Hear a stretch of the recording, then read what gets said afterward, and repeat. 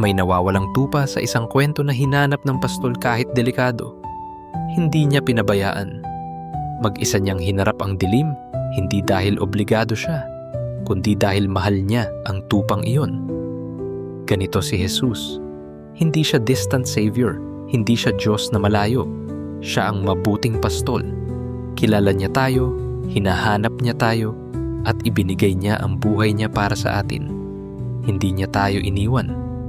Bumaba siya. Hinarap ang sakit at kamatayan, hindi para sa perpekto, kundi para sa tulad nating naliligaw. Kapag naliligaw tayo, hindi siya agad galit. Hinahanap niya tayo, hindi niya tayo sinisigawan. Lumalapit siya. Karga tayo sa balikat. May galak sa puso, iyan ang uri ng pastol na mayroon tayo.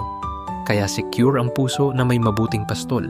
Hindi dahil perpekto tayo, kundi dahil perpekto siya. Hindi dahil hindi na tayo magkakamali, kundi dahil hindi niya tayo iiwan. Siya ang nagbabantay, siya ang gumagabay, at hanggat siya ang pastol natin, ligtas tayo.